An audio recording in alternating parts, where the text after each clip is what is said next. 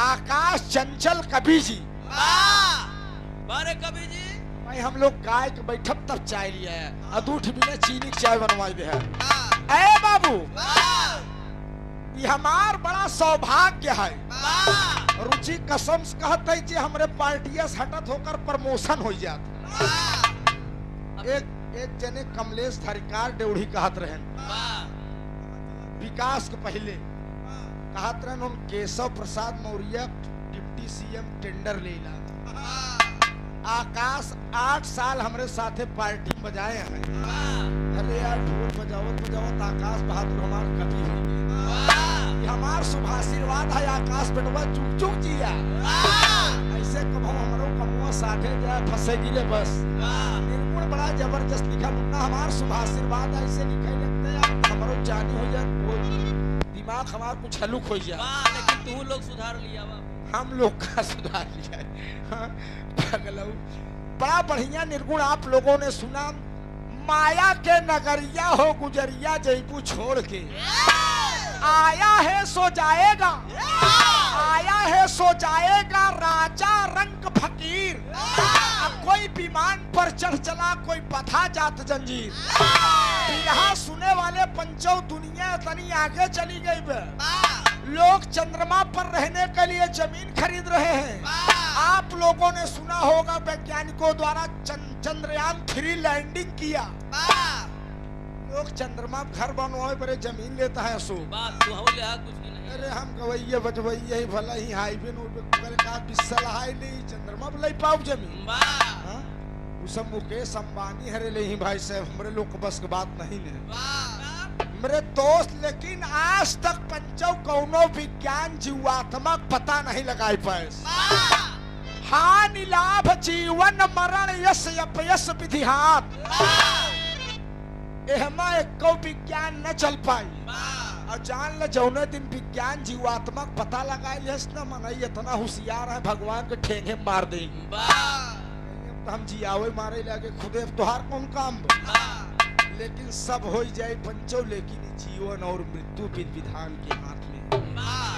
बड़ा पुरान निर्गुण का अंदाज लगा तो बिरहा सम्राट पूजनी गुरु मरहूम जनाब हैदर अली गुरु जी के जमाने के निर्गुण। चला मास्टर।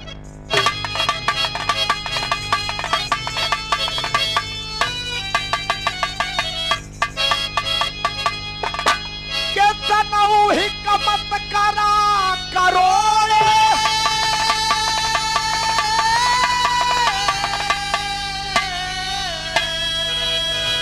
विधि के लिखा केहू ना मोड़े।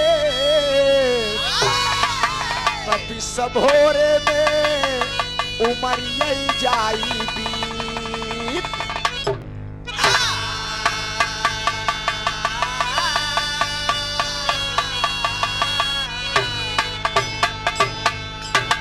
केतना हिकमत करा करोड़े माताएं बहनें भी बिरहा का आनंद ले रही हैं। आप लोग बिरहा सुनत, यह बिरहा केवल मनोरंजन का साधन नहीं है, बिरहा से कुछ सीखने को मिलता है। अब भाई हम बतावे चलते हैं, अगर अमल कैले बुत परिवार में कहूँ झगड़ा न होई। लेकिन पैसा वैसा दे जा। अरे यार सुन, केतनो हिकमत करा करोड़े विधि के लिखा केहू ना मोड़े। बिस्भोरे में उमरिया जाई बीत। बाबू वहीं खाएं पिए एकदम टकाटक रन। 1 बजे रात उठा रन पत्ती ले भैंस देखें।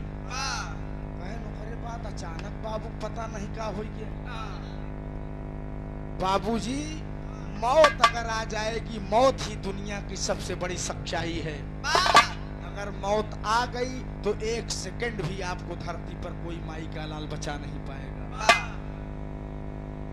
कहना है मास्टर साहब,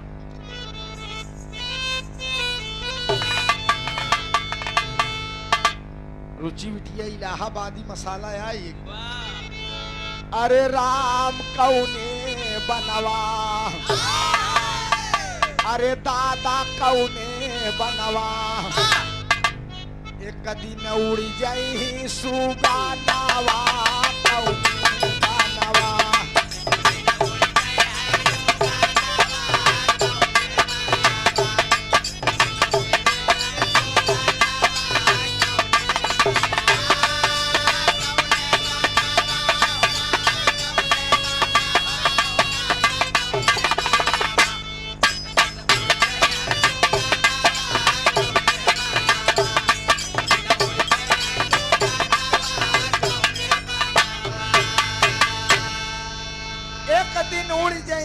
बनवा कौने बनवा। वाह कवि ने पहले बंद में बड़ी ऊंची बात लिखा है। वाह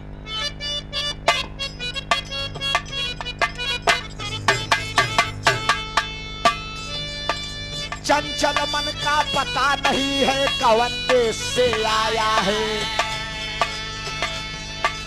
कोटिन कला करोड़ों कई के कोई भेद ना पाया है। है कोई संसार में ऐसा जो यह बाग लगाया है। आ रंग भेद कुछ जान पड़े ना मिट्टी तन चमकाया है। जय हो जय हो।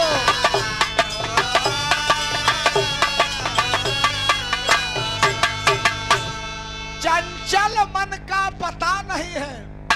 मन से तेज रफ्तार बिरहा सुने वाले पंचों किसी की नहीं होती।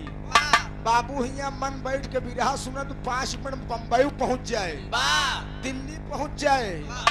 मन से तेज रफ्तार किसी की नहीं मन बड़ा चंचल होता है।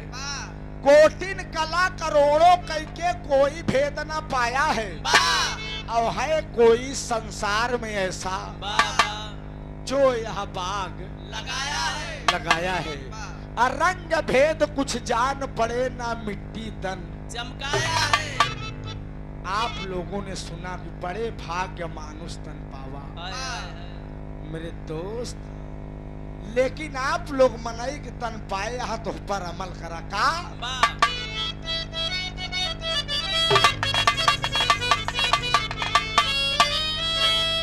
चोरी बेईमानी मन छोड़, अरे बनई तो प्रीत प्रेम का जोड़। तोड़ना नियम कर्म का तानावा कौने मानवा।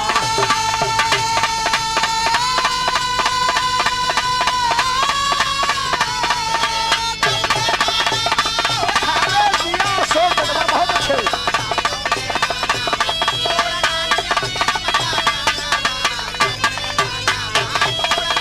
अरे बार प्रयागराज चोरी बेईमानी मन छोड़, अब नहीं तो प्रीत प्रेम का जोड़। तोड़ना नियम कर्म का तनवा कौने बनवा। वाह बिरहा सुने वाले पंचों, बच्चा माँ के गर्भ में, वाह बच्चा माँ के गर्भ में उल्टा टंगा रहता है। वाह चाहे बिटिया हो चाहे बेटवा, उल्टा टंगा रहता है। 5 महीने 10 दिन का जिस दिन बच्चा होता है, जीवात्मा प्रवेश करती है। वाह ये जानकारी तू कहाँ से पाया था? मार जावे झापड़ बहे उलट जावे। बात मेहरारू की बात ये कहा तहा सब जानकारी तू कहाँ से पाया? तू मेहरारू तो है न। बगलऊ हमार वेद बतावत, हमार शास्त्र बतावत, हमार पुराण बतावत, हमार विज्ञान बतावत है। वाह 5 महीने 10 दिन का बच्चा जब होता है, वाह जीवात्मा प्रवेश करती है। बच्चा माँ के पेट में टहलने लगता है। वाह रुचि 5 महीना 10 दिन जब तू भाई होबू, वाह तब जीवात्मा प्रवेश करे हो, तब तू अपने अम्मा के पेटे में डोले शुरू करे हो। वाह जान ले। देखा तू बताऊंगा। हाँ हम बतावत ही ने का मानस हो। वाह पेट में पल रही जीवात्मा, पेट में पल रही जीवात्मा दुनिया के मालिक से अर्ज करती है कि हे विधाता, हे दीनानाथ, मुझे इस नरक से बाहर कर दो। कौने नरके में हमका फंसाए है भगवान, मुझे इस नरक से बाहर कर दो। जाने के बाद भजन भक्ति भाव करूंगा। भगवान से पेट में पल रहा बच्चा वादा करता है, भगवान हमका पैदा करा, हम तुहार भजन भक्ति भाव कर भूलबे न कर। पंचो बच्चा जब पैदा हुआ, उसका पहला पैर जब जमीन पर पड़ा, करे मुहे से आवाज आए कि हाँ कि हाँ कि हाँ, कि हम कहाँ आ गए। ये माया रूपी संसार में पड़ के भगवान को भूल गए हुआ। 5 बीघा वाला गाटा हमारा, 2 मंजिला बिल्डिंग हमारा, हमार बाबू एक खेत में चरी वो आए हैं वो हमारा। भुअर की भाई समारी है, की भाई वही माया बाबूजी सब भुलाई जाती, भगवान के याद करती। कब? जब शरीर पे गच पर लगा था बुढ़ाई के, बाप रे बाप, हाय राम ले चला हमका। हमार कगजवा कहाँ हेराई गया। मेरे दोस्त की धरती पाई हाथ करे का बाप। आप जौनपुर पवारा से छोटे लाल बाल बाबूजी, बार छोटे लाल बाबूजी, इस सादर 100 रुपया पुरस्कार, चरणों में प्रणाम है, आशीर्वाद दे हम बच्चे अपनी कला में कामयाब है। जवन रोड पे गाड़ी खड़ी है तो ऐसे साइड कैले है, बगल कैले है, ओकरे बाद चुप्पे में बिरहाव डिस्टर्ब ना होए और आपो लोग काम हो जाए। लेकिन भाव बड़ी ऊंची कवि ने दिया है, क्या मास्टर साहब?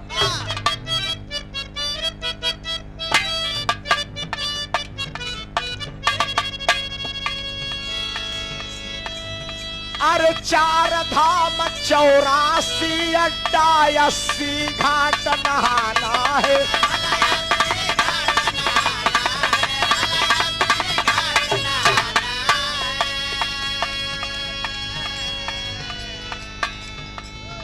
अरे लेत देत बोलत बतियावत कैसौ समय बिताना है।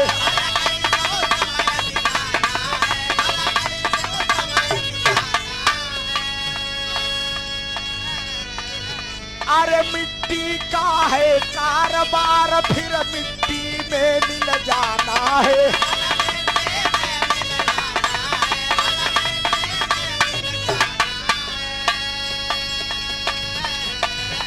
अरे मिट्टी जानो खाना पीना, मिट्टी जानो खाना पीना, मिट्टी माल खजाना है।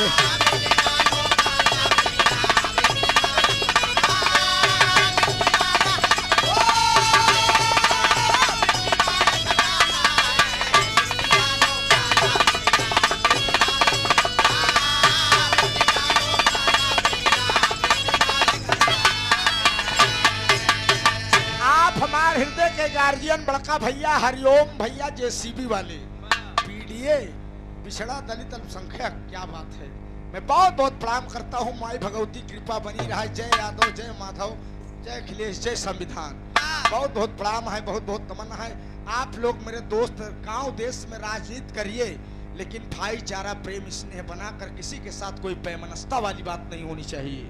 मैं बहुत बहुत प्रणाम करता हूँ, बहुत बहुत नमन करता हूँ। एक स्वर में सब सकल पंच के पहले की प्रणाम बा। कहन बापू हमारे 4 धाम का 4 धाम 84 अड्डा। सुरेश 84 अड्डा मतलब 84 लाख योनियों में बढ़िया काम करबा मनाई बन जाबे। खराब काम करा खुदा न खास्ता भगवान खटकिरवा बनाए देहन। क्यों एक लोटा पानी गरम के खटिया पेरुआ में डायस तो पूरा परिवार। मेरे दोस्त बल विक्रम बेनु दधीच गए और पारथ गए जिन भारत ठाना। पाली गए बलराम गए जकरे कखरी 10 शीश समाना। दुर्योधन जंग गिरे ते 64 कोस में छत्र समाना। है धरा का प्रमाण यही तुलसी, जो भरा सो झरा, जो बरा सो। जे भरा है उछरी और जे बरा है बाबू एक दिन बुताई है। सृष्टि के नियम जाग जाओ। भगवान को याद करो, अपने इष्ट को याद करो, माता पिता की सेवा करो, गुरु का सम्मान करो। लोक नहीं परलोक भी संवर जाएगा। परलोक भी संवर जाएगा बाबूजी। अपने भगवान के याद के जाग जा। चला जाता है रास्ता में चला जाता है, घोड़े में ठेह लग गई। घोड़े में ठेह लग गए, मुँह से अरे राम हो। ठेह लग गए, अरे राम हो। राम का नाम लिया राम लग। राम का नाम पहलवा ले हो तो ठहिए न लागल। लेकिन याद कब करबे? जब फंस जाबे तो हनुमान चालीसा जय हनुमान ज्ञान घोषा कर लोग उजागर, तब काम न हो तब हनुमानो जी फलाप कह दे। याद करता है। जाग जा मास्टर, भाव बदलत बा। हाय हाय हाय अरे भजन कैला रउआ आकाश, भजन करा सुधर जा। हाँ भजन करस काम होई। अरे भजन कैला रउआ अरे कसत मतिया मारी भजन कैला रउआ।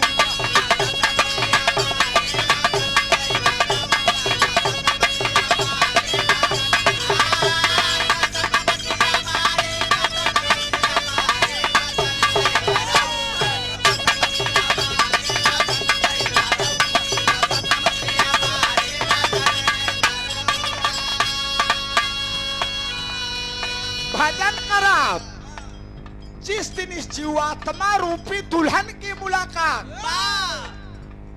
यहाँ मोछा टे बैठा कहन यार हम दुई लौंडा कुछ समझ भाई नहीं के।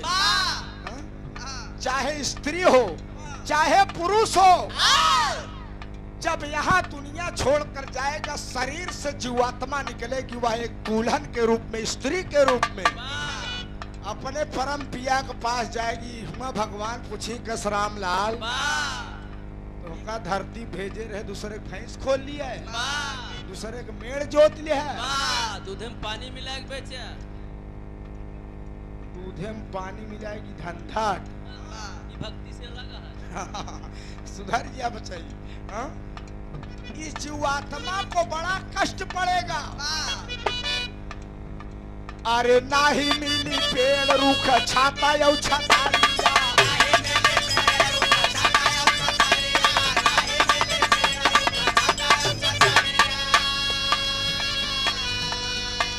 यहाँ नीमी के छाया में बैठा टेंट हाउस के लगा बा, वो अदालत में कुछ न पौबे। नाही मिली पेड़ रूख छाता यौ। अरे बड़ा दुख साहब सुनाया मकैना गारिया।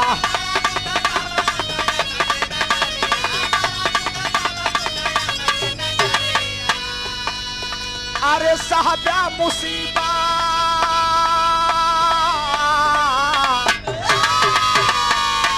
अरे साहबा मुसीबत हुआ चली ना लबारी भजन कैला रहुआ। कसमतिया बारी भजन कैला।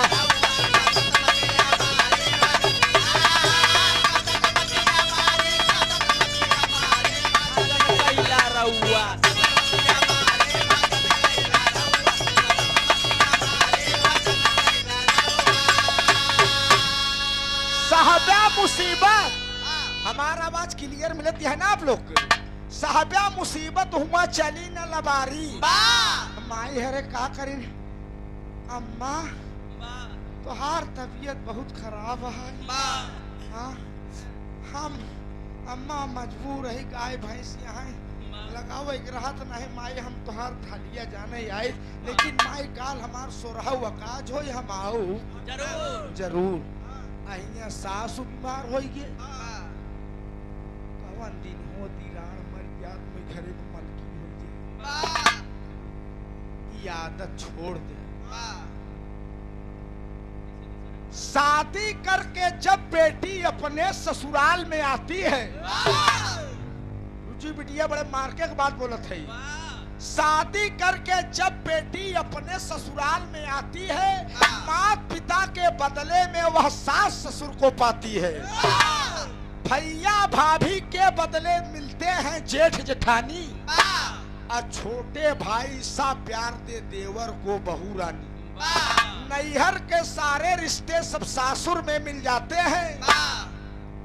गौर कीजिए किसके बदले पति देव को पाती है। पति क्या ऐसा त्याग करती है कि अपना पति पाती है। जब बाबूजी 16 बसंत पार करती है बिटिया, जवानी की दहलीज पर कदम कर रखती है, अपना कुंवारापन छोड़ती है, तब जाकर अपने सुहाग को पाती है। माई की सेवा करा, माई हरे बाबू की सेवा करा, गुरु की सेवा करा, पति की सेवा करा। सबसे नवा त्योहार निकल गया है ससुर करवा चौथ, 10 अक्टूबर का आवे वाला। हाँ अशोक भाई करवा चल आखिरी लाइन हमारा गाना का है, बस ये सुन ले बस। बाबूजी एकदम करवा चौथ एपा मेहरारू सब व्रत छोड़ दे, लेकिन एका जरूर भूखी नहीं। तब तो तोहरो मेहरारू भूखी रहा। अरे यार वो तो लगानी है सो, हमारा मलकिन भूखी रहा। अगले साल करवा चौथ पे डब्लू मास्टर हम प्रोग्राम लिख ली। वाह हमका पता ही नहीं रहा फला तारीख करवा चौथ पे बयान आए, हम लिख ली। वाह ओकरे बाद आए सोवत रहे, हम कहा कि तैयार उयार हो, अब कार्यक्रम चलेगी बा। बाबूजी मलकिन हमारे कहीं कसो आज करवा चौथ आ जब प्रोग्राम है क्या? वाह हम कहा है तो कहें कि अब तू गड़बड़ करता है। अरे हम तोहका बरे भूखी ही पियासी है, निरा जली व्रत ही। हमके पगली तमाम मोटू फोटू धरी रहा है, पूजा कैले जोर है तो जंग है, माल है तो रंग है। कान लिया तुम कहा बुझल खाए क्यों खुशबुआ रहा था। हाँ? हम कहा 10 रुपया लिया तुम्हें सलामी है। और मेहरारू जुटी रहिन, और मेहरारू जुटी रहिन। मेहरारू हमार कहा लिया कि खर्रा इम्स जोन सामान लिखा है लिया दे और जा प्रोग्राम में। जब ओकर खर्रा ससुर पकड़े तो हम मार नवा सामान भाई साहेब। नवा नवा हाँ नवा सोख भाई, करवा नवा लागी तो का नवा लागी ई लागी। हम कहा 4-6 मेहरारू बैठी रहे, हम कहा सुना एक बात कहा है बुरा न मानू। कहन बोला बाबा। हम कहा एमा सब सामान नवा लिखब केवल मन से धुए ससुर पुराण। हम कहा सुन ले, हमरे माई बाप सेवा कई देबू, हमका खियाए पियाए रेडी कराए प्रोग्राम में भेज देबू, लड़कियन को तैयार कराए के स्कूल भेज देबू। सबसे बड़ा करवा चौथ यही है। और इतवार करवा चौथ भूखिया सुमार के बेलाना लाई खड़ी होई गई 5000 वाली साड़ी हमार जेठान पहने भाई वाली लिया है, मारत तो निकुला तोड़ दी। अरे मेहरारू मेरे दोस्त जाग जाओ, सुधर जाओ, इस धरती पर कुछ नहीं है। क्या लेकर आए थे और क्या लेकर जाओगे? मुट्ठी बांधे आए थे और हाथ पसारे जाओगे। आखिरी लाइन में कहना है मार साहब,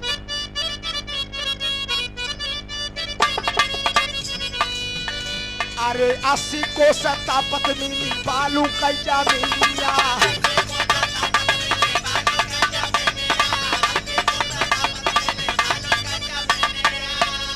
80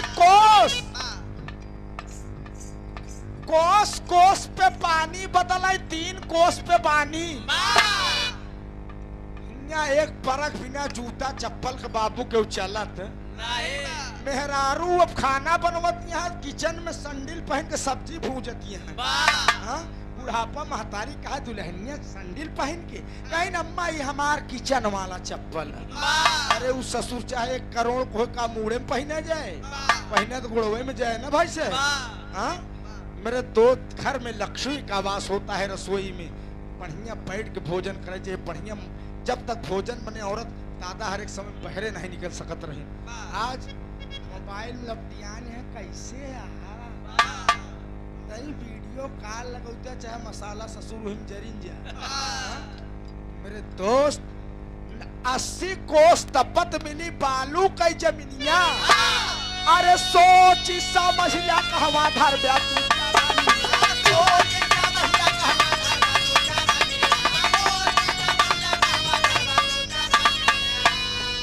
साहब्या मुसीबत,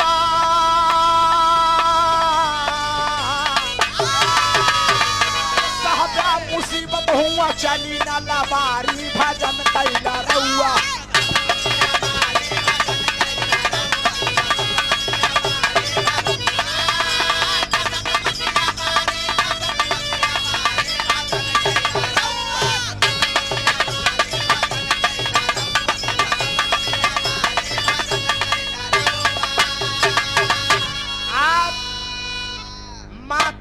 सुपुत्र स्वर्गीय माता जी के सुपुत्र आप दीनानाथ यादव बाबूजी, सादर 500 रुपए का पुरस्कार, सुंदर पुष्पहार, चरणों में प्रणाम है, नमन है, आशीर्वाद दे हम बच्चे अपनी कला में कामयाब रहे।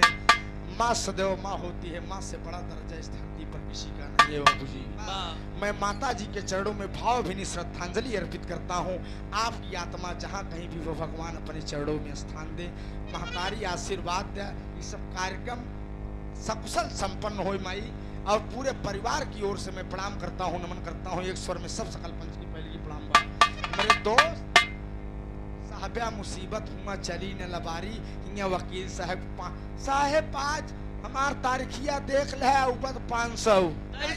वकील साहब सोचन मुक्किल बड़ा बढ़िया मिले 500 काम, लेकिन भगवान खिए है राम नाम वाली वकालत चल पाए, एकरे अलावा कौनो वकालत चले वाली झूठ बेईमानी चोरी डकैती वाली अदालत बिल्कुल चल ही न पाए। यहाँ तो पैसा रहा है तो करे बात साहेब हर काम पार कह दे, लेकिन वहाँ की अदालत में कुछ नहीं चलेगा। मैं बहुत बहुत नमन करता हूँ। गाने बजाने में कोई गलती हो गई होगी, अपना बेटा भाई बच्चा समझकर क्षमा करेंगे दोस्त। इस धरती पर आए हो तो जाना है, मौत सत्य है। कोई याद जाएगा, कोई काल जाएगा, कोई 10 साल बाद जाएगा, लेकिन जाएगा जरूर। चला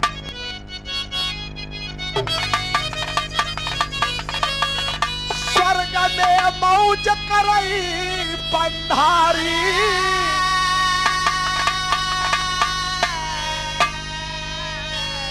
कविता फूल चंदने धारी, तरा के सयादो बाना दानावा कौने बानवा।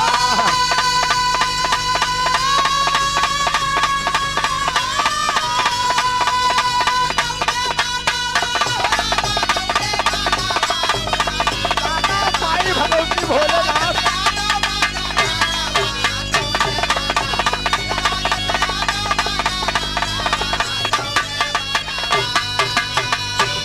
एक दिन उड़ी जाई सुगानावा कौने बानवा।